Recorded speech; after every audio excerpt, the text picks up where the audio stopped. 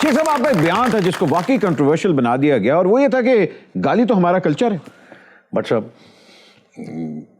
یہاں ہمارے ہاں ایک بہت بڑا المیہ ہے. آپ جب غلطی کرتے ہیں نا اس کی توسیع نہیں کی جاتی, اس کی تذلیل کی جاتی ہے. بالکل بالکل. میرا وہ لفظ جو تھا نا کلچر والا وہ غلط تھا. مجھے ٹریڈیشن استعمال کرنا چاہا, روایات, کیونکہ روایات ایک ایسی ہوتی ہیں جو بری بھی ہوتی ہیں اور اچھی بھی ہوتی ہیں. مگر انہوں نے کلچر آپ کا بدل نہیں سکتا, کلچر آپ کا وہی رہتا ہے. بالکل. اور جن قوموں کا کلچر بدل جاتا ہے وہ قومیں ختم ہو جاتی ہیں. تو اس میں ٹریڈیشنس تھی. اگر آپ یہ کہتے ہیں نا کہ یہ آپ نے لفظ غلط استعمال کیا, آپ کو ٹریڈیشن استعمال کرنی چاہیے, تو میری توسیع ہو جاتی. لیکن وہ توسیع میں نے اپنی خود کی دوسرے پروگرام میں کہ یہ میں نے غلطی کی تھی.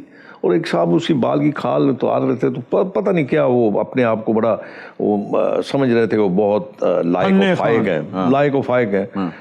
پھر مجھے تھوڑا سا اپنی اس حد سے نیچے آنا پڑا. پھر میں نے ان سے کہا, میں نے کہا اگر آپ لوگ چاہیں تو سارا معاشرہ تبدیل ہو سکتا ہے, بدل سکتا ہے, لیکن آپ حقائق کا سامنا نہیں کرتے. میں آن ایئر آپ کے سننے والوں کو کہہ رہا ہوں, آپ گلی کوچوں میں نکل جائیں, میرے خیال میں گالی کے بغیر کہیں معاملہ ہی طے نہیں ہوتا. بالکل.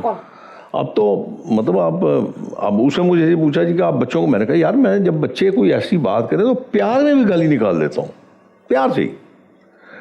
لیکن میرے گھر کا ماحول ایسا ہے کہ وہاں پہ اس کو مطلب میری اس گالی کو وہ برا نہیں مانتے, وہ اس کے لیے اپنی اصلاح کے پہلو میں لیتے ہیں. شیخ صاحب آپ نے بہت ہی خوبصورت ڈیفرینشیٹ کیا جب ایک بڑا چھوٹے کی پیار سے سرزنش کرتا ہے, اور دوسری طرف ندیم افضل چند نے جو مختارے کو گالیاں نکالی تھی, ان دونوں کو آپ نے بڑا خوبصورتی سے ڈیفرینشیٹ کیا. نہیں, اس میں پھر ایک سملیرٹی ہے, گالی ہمیشہ اپنے سے کمزور کے نکالی جاتی ہے.